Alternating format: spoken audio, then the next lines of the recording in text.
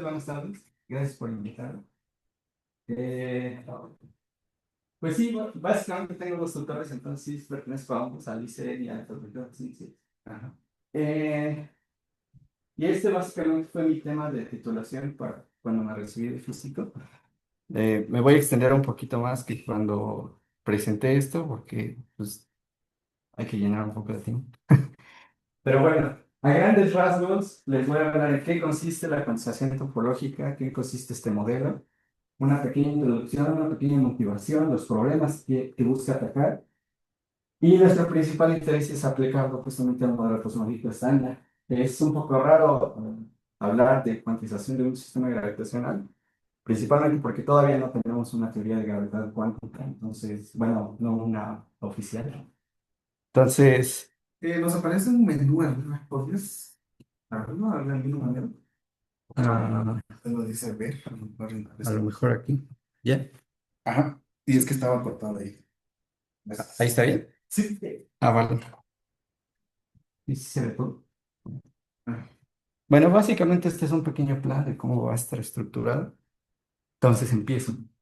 A la fecha, nuestro mejor modelo para cuantizar un sistema físico es la condensación canónica, que al aplicarla a las teorías de norma nos devuelve un modelo estándar de partículas elementales, cual a la fecha es bueno, una de las mejores teorías y de hecho un pilar de la física teórica moderna. Sin embargo, la cuantización canónica tiene varios problemas que todavía no se han sabido resolver adecuadamente. Entre ellos está la adecuada definición de los estados cuánticos, sobre todo para sistemas con un infinito grado de libertad, con sí, infinitos grados de libertad. Las condiciones de compatibilidad que las hacen consistente con la teoría de Newton no siempre se pueden reconstruir, reproducir. Y bueno, al aplicarla en particular a sistemas gravitacionales, el problema del tiempo representa un serio reto para cómo interpretar cuál es el tiempo en cuanto a su comportamiento local y no local que podemos tomar. Entonces, ante ello han aparecido, date este, pero bueno, han aparecido enfoques distintos. Cada uno de estos enfoques, la particularidad que tiene es que toma uno o varios de los postulados de la organización canónica para decir cuál sería su propuesta para cuantizar un sistema físico. En particular, aparecen dos formalismos, que es la teoría de cuerdas y la Loop Quantum Gravity, que seguramente han escuchado hablar de ellas. La teoría de cuerdas básicamente toma por cierta la cuantización canónica y se voy a meter campos adicionales. eh, y bajo ese enfoque, la teoría de Einstein no es la usual, no es la adecuada para describir la interacción gravitacional a gran escala. Entonces, va metiendo un poquito más de cosas, pero sigue obteniendo elementos de la cuantización canónica. El loop quantum gravity o cuantización por lazos también se agarra de suponer por válida tanto la cuantización canónica como la teoría de Einstein y ataca el problema de una manera más técnica. ¿Qué es esta técnica?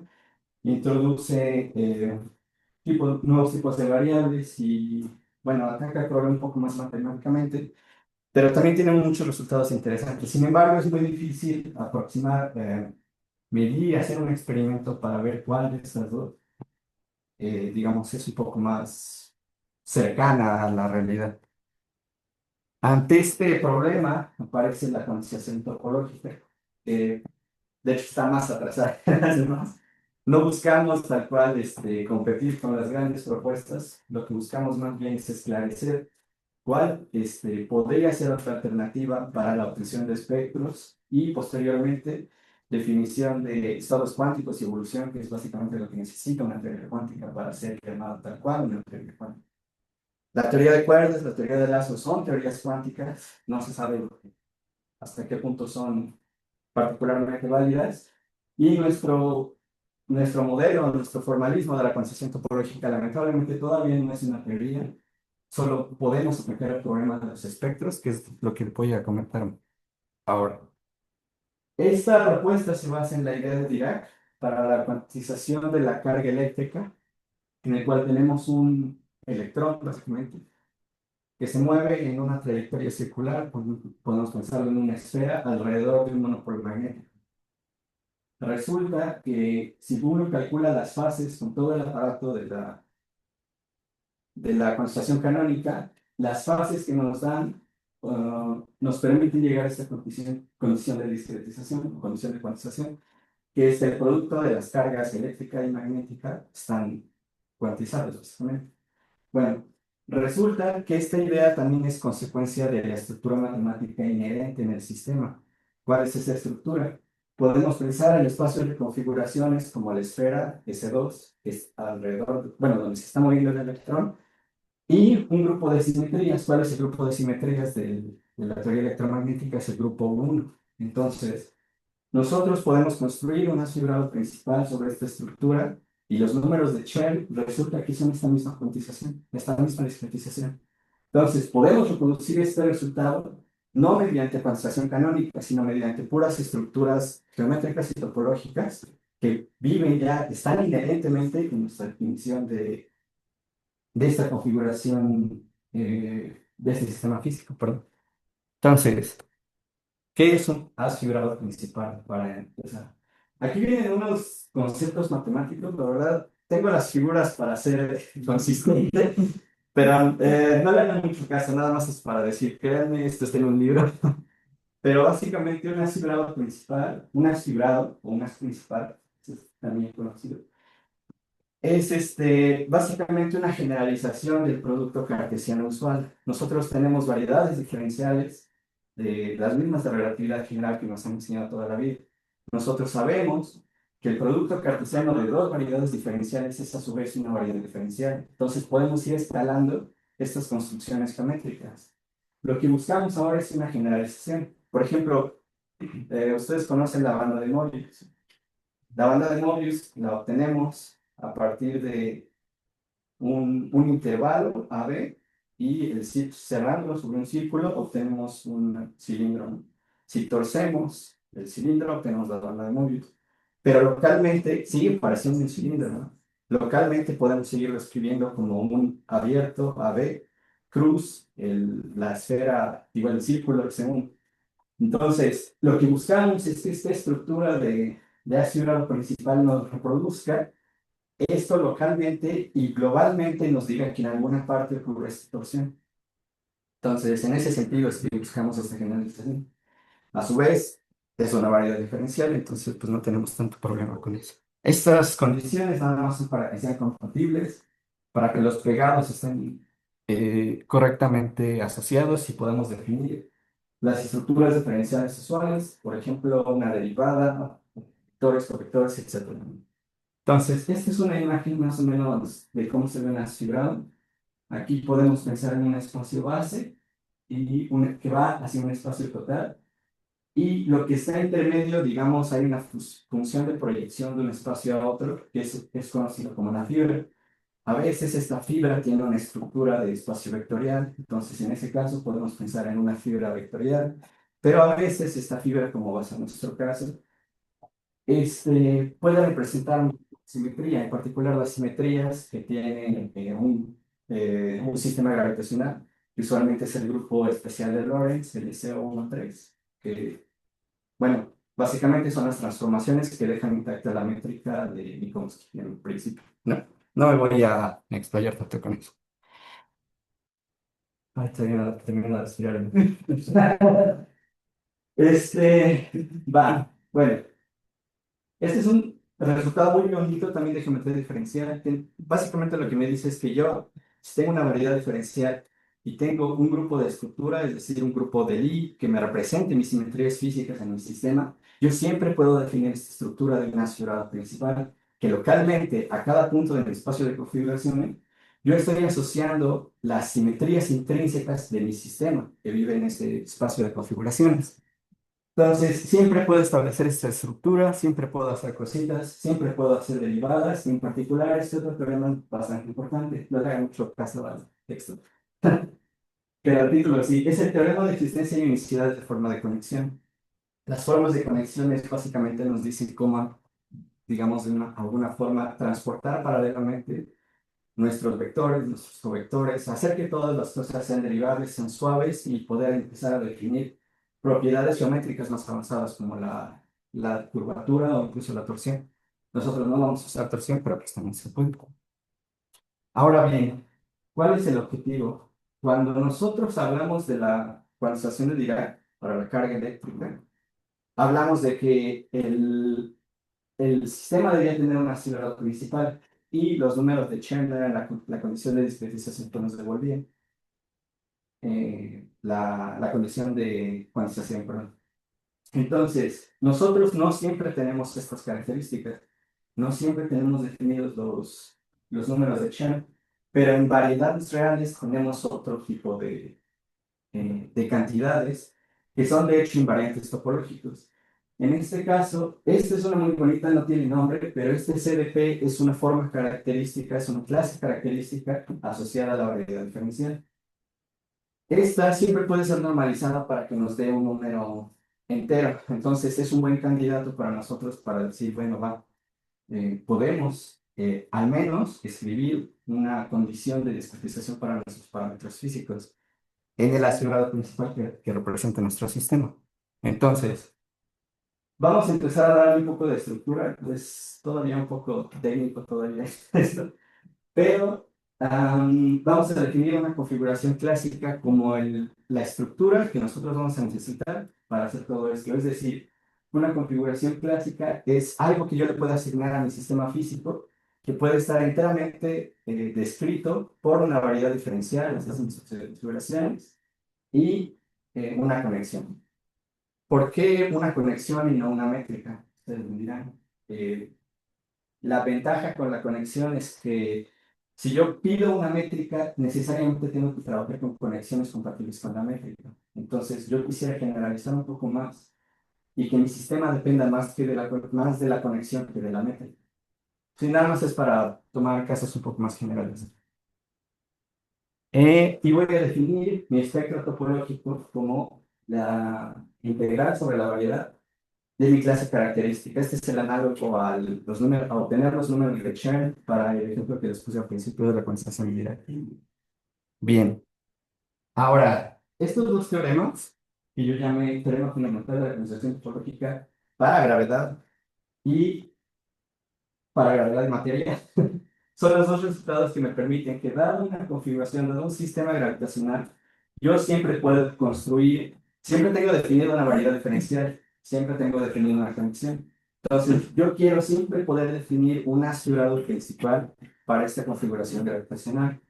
Ahora, es cuando yo voy a llamar al grupo de estructura que les comentaba, el grupo especial de Lorentz, S13, que representa las simetrías de un sistema gravitacional. Este, el problema, bueno, de hecho no es tan problema, pero la, la cosa se vuelve un poco más complicada porque este grupo de simetría es de 6 dimensiones. Entonces acabo construyendo un espacio de 10 dimensiones para hacer cálculos sobre esa cosa rara.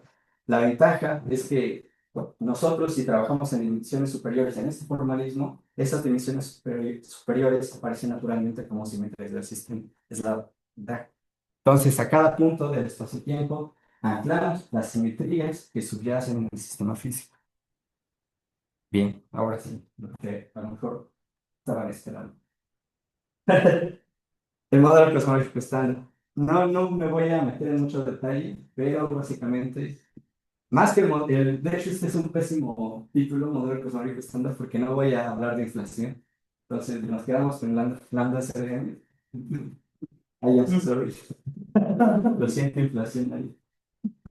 Pero ya, si un día me dan la oportunidad de trabajar esta en inflación, estaría bien saber qué pasa. Bueno, principalmente, el universo se puede modelar de 3 maneras, bueno, con 3 figuras topológicas distintas, cerrada, abierta y plana. Y bueno, ya todos conocemos de toda la vida, puede ser una esfera, un hiperboloide o básicamente un plano. Yo me voy a centrar un poco más en el plano, porque pareciera actualmente que el universo es plano. Entonces, todas las mediciones, todas las cantidades que se hacen para darle numeritos a esta cosa sobre todo, la gente dice que pues, el universo es en principio plano. Entonces, para ser consistente con ellos y con los datos que voy a tomar de ellos, vamos a decir por ahora que este es el tema de interés. Sí, bueno, va a ser nuestro focus por ahora. Bien, ya del modelo, básicamente nos pone en la mesa básicamente todo lo que necesitamos. El modelo Lambda CDN tiene una métrica, que es la métrica de Friedman, de Robertson-Walker. Algunos nada más le llaman métrica de Friedman, Robertson-Walker, o algunos simplemente de Robertson-Walker. A mí me gusta ponerle el nombre del Demetrio porque vale la pena decir que él fue el primer astrofísico, ese fue el primer físico básicamente en demostrar que las ecuaciones del campo sí predecían un universo que evolucionaron, no estático, como Einstein pensaba. De hecho, Einstein llegó a afinarlo, a hablar mal de él, justo porque decía esto. Entonces, cuando Einstein dijo que cometió un error muy grande en su vida y todo eso, yo espero que entre ellos también haya pensado un poco en el Einstein, que sí lo perjudicó bastante. Nada más para, o sea, para poner a Einstein. Bueno, ahora, viene otro tema. Voy a expresar esta métrica en términos de una base ortonormal. Yo, por la misma construcción de una variedad diferencial, puedo localmente estudiarlo como el espacio de Minkowski. En ese espacio yo tengo la métrica de Minkowski, sin embargo, mi base va a cambiar ligeramente. Esta ya es una formulación un poco diferente. ¿Por qué no voy a trabajar con tensores? Voy a trabajar con algo un poco más particular, que son formas diferenciales. Entonces, toda la geometría no está en la métrica, sino en esta base de acá. Esta cosa sí tiene toda la información de la curvatura. Ujú. Entonces, me conviene hacerlo así porque, de hecho, la formulación de formas diferenciales es un poco más técnica, pero te ahorra muchos cálculos a la larga. Ya no tengo que andar calculando 256 términos de Christoffel, entonces vuelve una cosa medio para. Pero tiene una relación con los símbolos de Christoffel, obviamente. Entonces, yo escojo esta base de tétradas, que es el 0, el 1, el 2 y 3, que se leen directamente de la métrica anterior. Luego, con esto yo puedo aplicar las ecuaciones de estructura de Cartan. Esto también es resultado de la geometría diferencial. Puedo calcular con mi tétrada. Aquí esta teta debería ser mi E, que es la base, mi base local de la forma. Eh, pero aquí tiene intrínsecamente la conexión, que es esta omega AB. Entonces, yo puedo calcular con estas ecuaciones de estructura, puedo calcular la uniforme de conexión y la dos formas de curvatura que tienen una relación muy directa, de hecho, con el tensor de curvatura de Riemann que siempre usamos toda la vida. Entonces, calcularlo, de hecho, es un poco más sencillo. Aparece en esta forma no reductiva, nada más estas tres. El único caso particular es que aquí A es distinto de 1. Como son monoformas, son antisimétricas, entonces no puedo tener dos índices iguales, eso siempre se me anula. Y también en forma de curvatura. Y tienen expresiones bastante sencillas. De hecho, es muy simétrica la métrica que nos tomamos, que también es de las razones por las que vamos a estudiar este sistema un poco sencillo. Al menos en cálculos, ya ustedes verán si sí o si no. Y va, esto es todo lo que nos da el modelo lambda CDN, ¿sí? Y bueno, toda la teoría de la relatividad general y toda la geometría diferencial. Una cosa más es la característica, la clase característica que yo les había comentado, que íbamos a integrar para obtener los espectros topológicos. Este viene dado por la característica de Euler, es más sencilla de calcular. La desventaja, necesitamos una variedad con dimensión par. La ventaja, el espacio-tiempo es par, entonces, si fuera impar, necesitaremos otra forma. Podríamos llamar a la clase de Pontryagin, no sé cómo se pronuncia, si es ruso, alemán, chicos, ahí. Pero este es un buen candidato. Aquí estos puntos suspensivos los pueden olvidar, nada más tenemos el producto cuña de dos formas de curvatura, entonces es muy sencillo. Y bueno, por otro lado, ya introduciendo la teoría de Einstein, nosotros de la métrica podemos encontrar las famosas ecuaciones de Friedman. Entonces, completamos nuestro modelo lambda CDN con la ecuación barotrópica que tiene acá, la de omega. Esta omega ya no es la conexión, esta omega es la constante barotrópica que depende de los fluidos, de las sustancias en el universo. Y con las ecuaciones de campo obtenemos las dos ecuaciones de Friedman. Son más o menos reconocidas. Aquí a través omega es la constante la constante barotrópica. Sí, bueno, más o menos lo que sí sabemos de cosmología, lo que yo sí sé.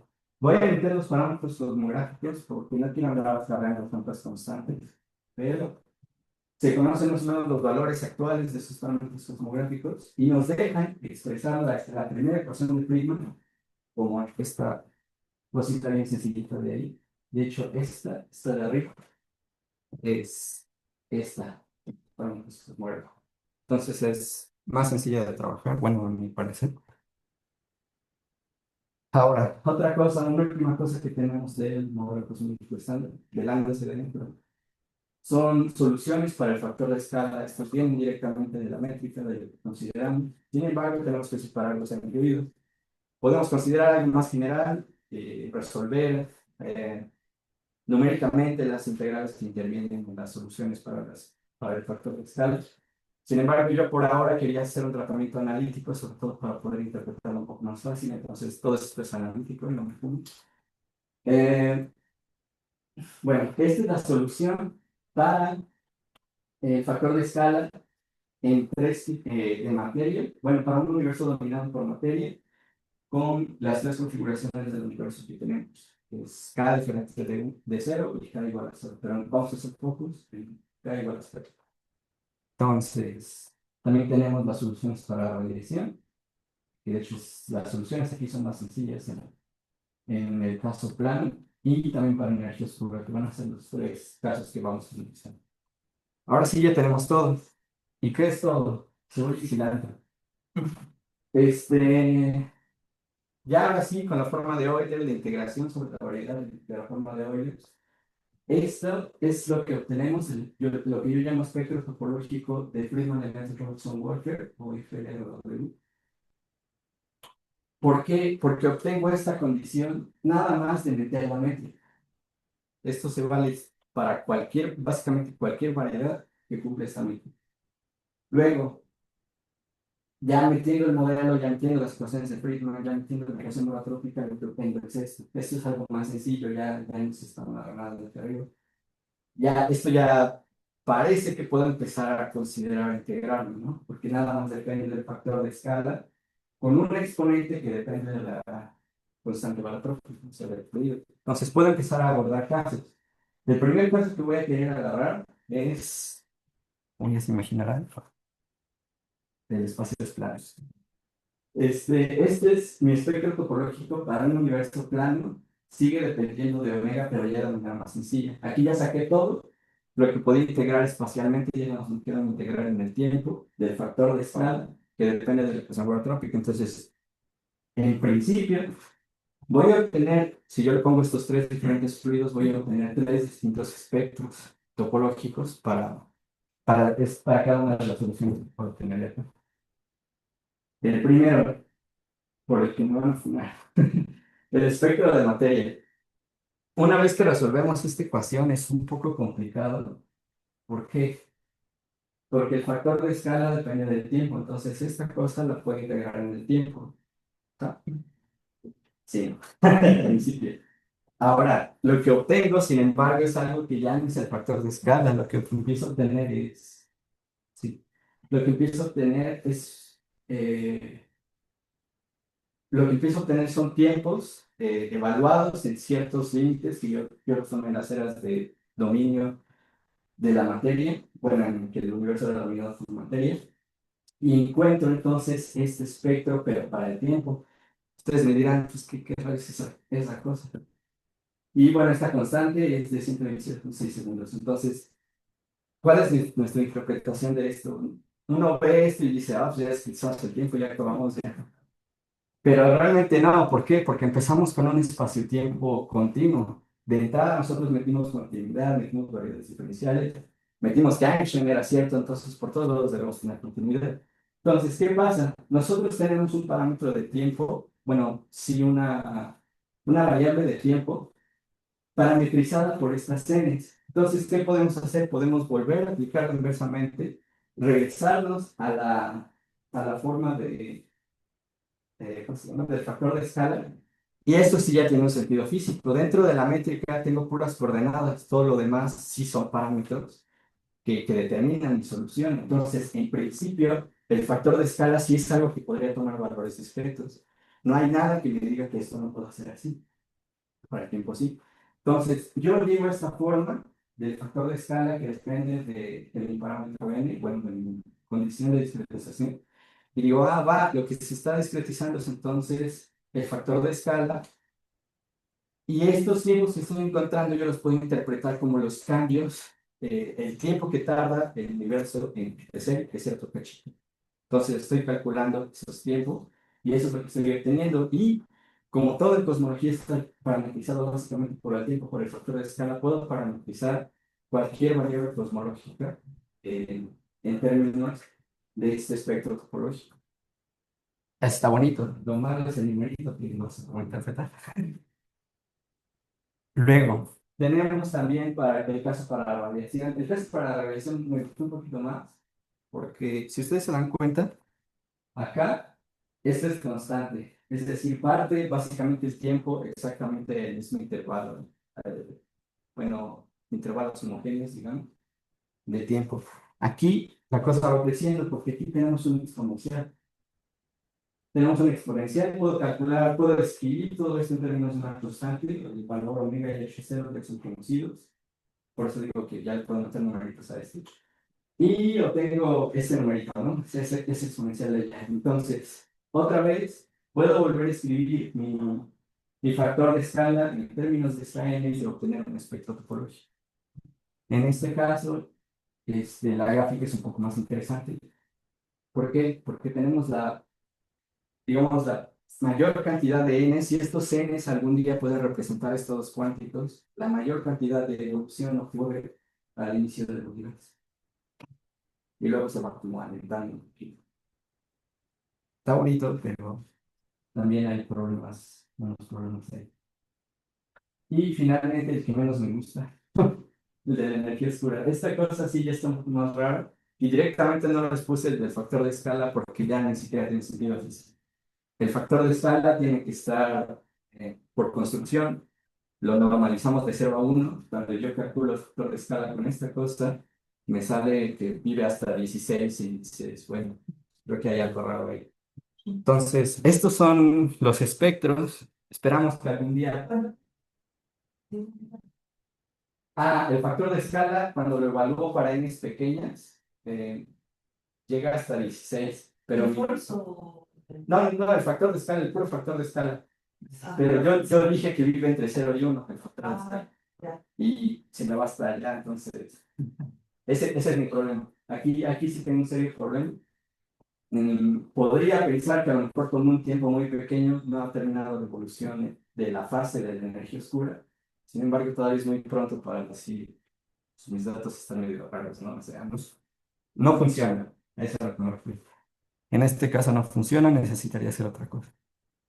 Luego, para casos de completez, porque ya había calculado las soluciones, dije, bueno, me voy a seguir para los espacios curvos. Sin embargo, para los espacios curvos tengo más... la integral se complica mucho. Siempre estoy señalando con... Vamos con el mar. Se complica mucho la integral. Entonces, lo que yo hago es hacer una aproximación a tiempos pequeños. A tiempos pequeños ocurre la ventaja de que las tres soluciones se comportan más o menos igual. Entonces, a esos tiempos pequeños, yo puedo escribir este espectro topológico y puedo decir, esta cosa nada más depende de si K es distinto de C. O sea, es para los casos no claros. A mí me gustaba mucho esto cuando lo encontré porque pensaba que el universo era cuántico al inicio del universo, entonces era lo que más le quería, le confiaba. Ahora ya no sé. Pero bueno, nada más depende del contenido, en algún momento del fluido que estamos considerando y digamos de la cantidad de curvatura que hay al inicio del universo. Bajo estas consideraciones, los factores de escala también se pueden reducir bastante, son estas tres soluciones, cada uno para un omega distinto. Ya la K no me importa tanto porque a tiempos pequeños el seno y el seno hiperbólico más o menos se parecen un poquito. Entonces, yo quisiera enseñar el seno hiperbólico, no recuerdo qué funciona, pero todo me permite... No hay diferencias a primera orden cuando hago esta fusión entre las dos soluciones. Entonces, hago lo mismo. Para un universo dominado por materia, obtengo estos espectros. La ventaja con estos espectros es que únicamente dependen del contenido por ejemplo, de materia aquí, o el contenido de radiación o el contenido de curvatura. Son más sencillos, a mi parecer, son soluciones más elegantes que lo que tenía hace rato. Pero, bueno, en estos casos incluso calculé los zetas, el zeta que también tendría un espectro topológico. Y si se dan cuenta, aquí tengo el caso de la radiación. Para la radiación tengo eta, A de n y z de n. Entonces aquí nada más depende de la cantidad de, digamos, de radiación al inicio del universo. Está muy bonito, que solo depende de un parámetro. Bueno, también A0, Z0, eta 0. ¿No? Para la energía oscura, siquiera ya quedó algo más bonito. Es el corrimiento al rojo, perdón. ¿Pones ahí la distancia? La escribo en términos de factor de escala. Tiene una relación, de hecho también está un poco... Pero ahí donde, por ¿Cómo? ejemplo, ahí cómo se relaciona Z con con el factor de escala. Ah, no la puse, lo inferí. Pero hay una relación, hay una ecuacioncita que fue la que utilicé, que el factor de escala es 1 entre A menos 1 y eso, pero eso es localmente. O sea, lo que veo ahí es que tienes un Z para un N. Ajá. Sí, Z depende de las n de condición de discretización. Y ahí cómo depende del factor, o sea, justo la relación se da con factor de escala. En esa relación 37 no veo cómo. Mm, ya, ya, ya. Sí, como paso de esta ecuación, ya, ya. Sí, sí, sí, sí. Bueno, tengo esa ecuación y yo siempre necesito, digamos, un parámetro inicial. Todo lo demás lo absorbí en esta CPC. O sea, esa Z Entonces, estaría en función de A en tanto que en esta relación de A. ajá, sí, sí, sí.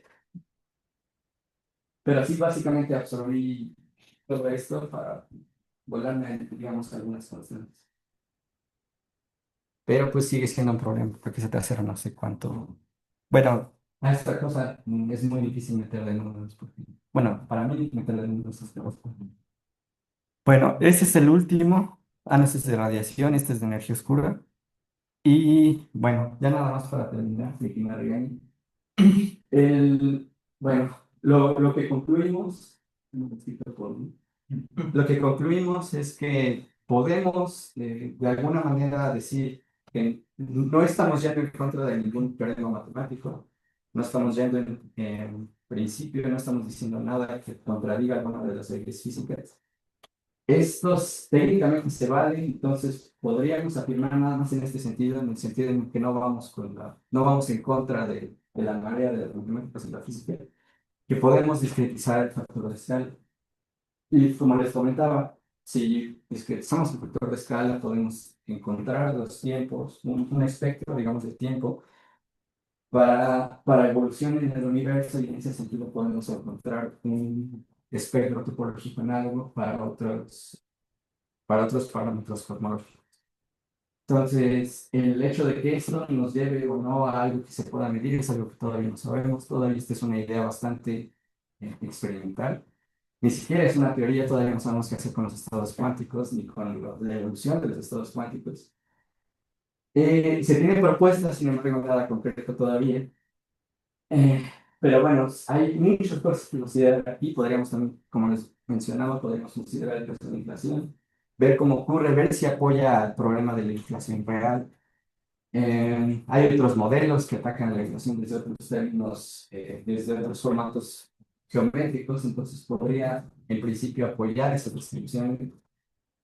Y esto se ha hecho básicamente para muchos sistemas, entre ellos sistemas clásicos, ¿cómo se llama? Ahorita de batería, ¿cómo se llama? Sí, ándale, el oscilador armónico ya se resolvió. El oscilador armónico ya se resolvió y sigue lo mismo que la constelación canónica, pero pues hay que ver que no sea una coincidencia. Ya también se arregló el problema de un campo central, es decir, el átomo de hidrógeno. También se han tomado, se tomaron con ese análisis agujeros negros para ver qué cantidades se podían estabilizar. Ahí aparecían, por ejemplo, para un agujero negro de Racer Nostrum que está girando y tiene carga, se discretizaban estos parámetros de masa, momento angular y carga. Entonces, pareciera que pues va por un camino al menos prometedor, pero pues todavía es un hilo en pañales, realmente. Hay mucho que hacer y pues, esto es mi mucho de ahí. Entonces, no se rían, me gustó mucho hacerlo. Pero, no, sí. Pero bueno, con eso concluyo y muchas gracias por...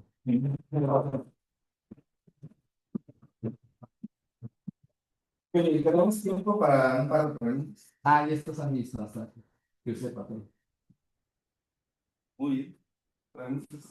Quizá me van a leer. Sí.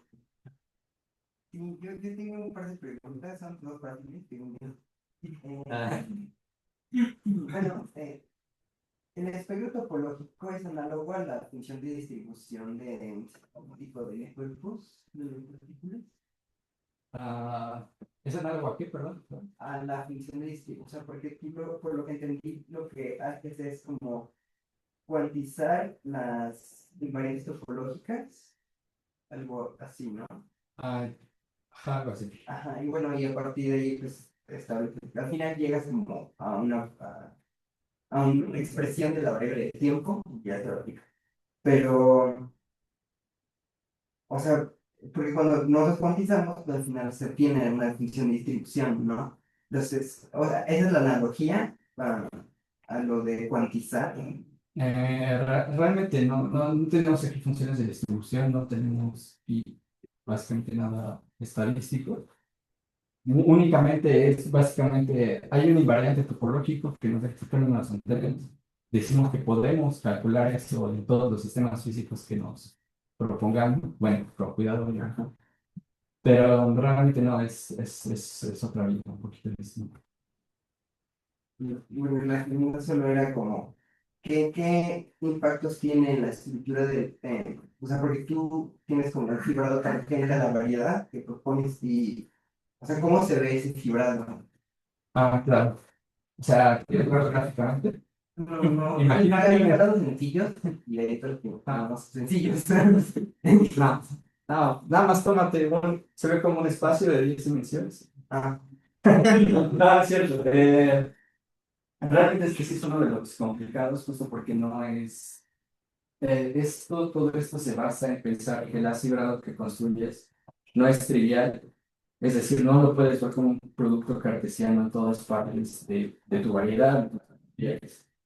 Realmente hay cosas raras pasando. Los pegados se ven más bien satisfacer las condiciones matemáticas que hacer una visualización. Entonces, a mí también me gusta mucho verlo, pero de entrada puedes, digamos, verlo como una especie de encaje en el que a cada punto de tu variedad, cada punto del espacio-tiempo, a cada evento, además de ser un evento, tiene asociada la estructura cada punto de tu grupo de simetría. o sea, eso que explica sucede como entre el solapamiento de los mapas de bajas como de la variedad del mapa. No, sí, sí va, es que...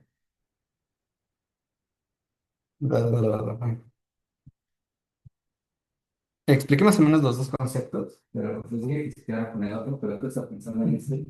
Más o menos. Formalmente tienes una variedad total, que digamos es la variedad y de alguna forma rara el grupo de simetrías. Esta es nuestra variedad grande, digamos.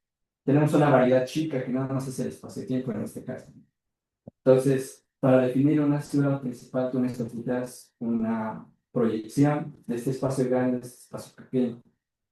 Entonces, tú tienes esta proyección y esta proyección resulta que tiene una estructura de un espacio. ¿Cuál es ese espacio? Es un espacio de simetrías. O sea, cada una de estas líneas, digamos, representa esas simetrías. Entonces, es un poco rebuscado, pero no es tan natural de imaginar como el ejemplo que les puse de la banda del mundo. Sí, sí, es un poco más complicado. Se supone que cada una de las campañas tiene la estructura grupo especial de Lorentz. Entonces, ahí se complica un poco más la cosa, porque de hecho esa cosa es de 6 dimensiones, es más grande, técnicamente es más grande que la variedad base. Entonces, metes cada punto cuatrodimensional en un espacio grandote de 6 dimensiones, está medio perfecto. Entonces, la mejor manera de aproximarse es localmente, donde sí puedes entender que localmente puedo verlo como un producto de dos variedades diferentes. Muy bien. ¿Más preguntas? Juan. Cuando presentaste tus resultados, los separaste cuando tenías curvatura cero y cuando tenías curvatura diferente de cero. Ajá. Cuando tienes curvatura diferente de cero, estás tomando los dos casos con curvatura positiva y negativa como si fueran los mismos resultados. Ajá, bueno, ¿para esta cosa? Sí, bueno, espérame, puedo contestar. Sí, pero no sé, ¿a qué te refieres? Ajá, es que yo no le veo sentido que el universo tenga la misma estructura si tiene No. curvatura positiva y curvatura negativa. Sí, sí, sí.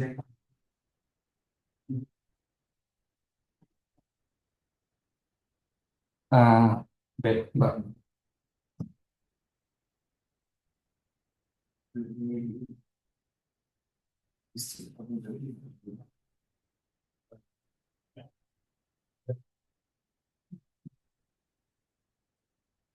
Bueno, esto yo nada más lo veo para tratar de ver las soluciones. De hecho, sí lo hago una por una, pero aquí dije, las puse todas en uno. Aquí no. ¿Dónde puse? Aquí. Sí, ¿no? Hablas de los factores de escala que yo dije, no importa si tiene curvatura positiva o negativa. Resulta que cuando tenemos las soluciones para, por ejemplo, me voy a tomar este caso de radiación. Resulta que si tú haces esta solución, tomas esta solución para el factor de escala y dices, vale, yo voy a tomar tipos pequeños, es decir, aquí esta se va a hacer pequeño, aquí se hace pequeño, esta se hace pequeño. En una aproximación a primer orden, estas dos soluciones, de hecho, se escriben exactamente igual. Pero entonces no sería bueno quedarse en una solución primero. Pues no, de hecho, no. Pero pues, yo me quería titular. No, sí estaría bien ver una mejor aproximación. De hecho, de entrada lo que sabía era que lo mejor siempre era resolver la integral esta.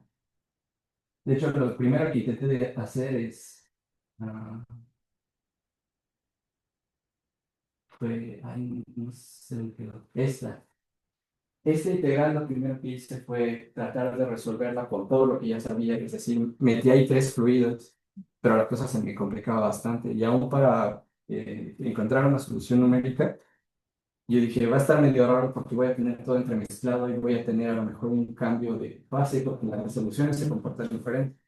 Entonces me pareció que lo más sano por ahora era quedarme con algo que sí pudiera más o menos darle, sacar de física. Pero bueno, como ya te mencioné, ya tenía las soluciones básicamente hechas, ya tenía una aproximación, entonces dije, bueno, ¿por qué no lo hago? Salió bonito, quién sabe qué significa, pero pues sí. Sí, sí, deberíamos en principio considerar al menos una en segundo orden porque debería depender de esta. Si te fijas, nada más depende del valor absoluto. Entonces no me está diciendo qué está pasando. Nada más me está diciendo que está curvo y ya, quién sabe cómo se puede, pero es curvo. Pero sí. Vale. Ujú. ¿Te puedes decir casi al inicio, donde mencionas esta condición de polarización de la carga? Ay, no. Sí. Ay, no, pero. ¿Esta la de Irak? Sí. Ajá. Sí, bueno, me llamó la atención esto. Lo explicaste, pero sinceramente no entendí. Bueno, más bien, si puedes explicar un poco de nuevo, ¿qué es esta condición de cuantización de cargas? Sí. Bueno, tú tienes. Bueno, la manera en la que Dirac lo imaginó es que tú tienes supuso la existencia del monopolo magnético.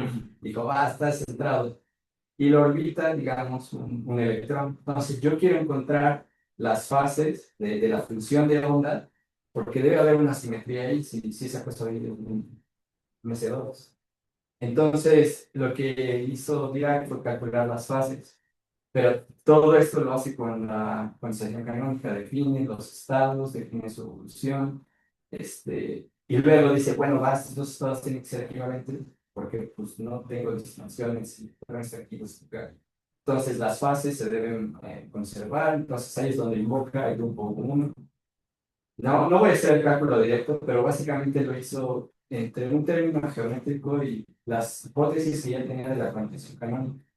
Entonces calcula las fases y dice, esto se tiene que observar, tiene que ser una cantidad natural.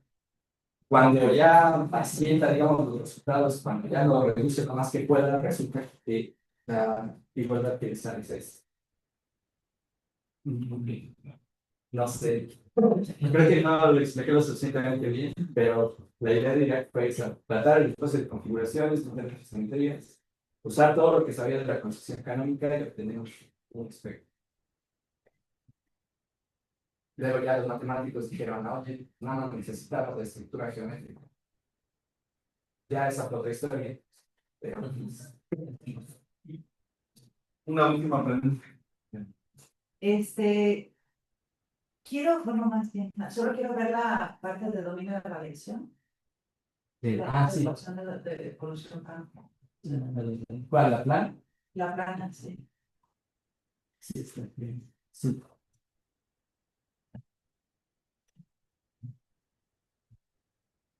Y No, es que creo que no lo dije, pero este T0 es el tiempo en el que termina digamos, la era de la radiación. Lo que hice al resolver la integral fue, más bien los datos que conozco son de cuando termina. Entonces me voy para atrás. Y digamos que resolví la integral. No, Pusiste condiciones iniciales en el época. ajá, sí, más bien la época que se conocía y hay un tipo ¿Y con qué intentas? de integral, ¿no? Con mitad. Sí. Y también así intentaste hacer la integral con los tres componentes. Sí, quería resolver así esta cosa, lo separé en tres integrales, pero estaban acopladas las constantes. ¿No intentaste algún otro método de integración? ¿No? Bueno, o sea, separar las constantes o como No, integrar. matemáticas. Es que como tampoco tenía todas las informaciones de cómo se iban acoplando. Pero tienes la relación de la integral. ¿Eh? O sea, tienes la integral. Esa y la pueden ser con distintos métodos. Ajá, sí. Pero realmente no intenté hacer la numérica. Sí dije podría, pero la verdad no sabía cómo empezar a abordarlo. Sí. Gracias. Muy bien, pues le agradecemos otra vez, ¿no?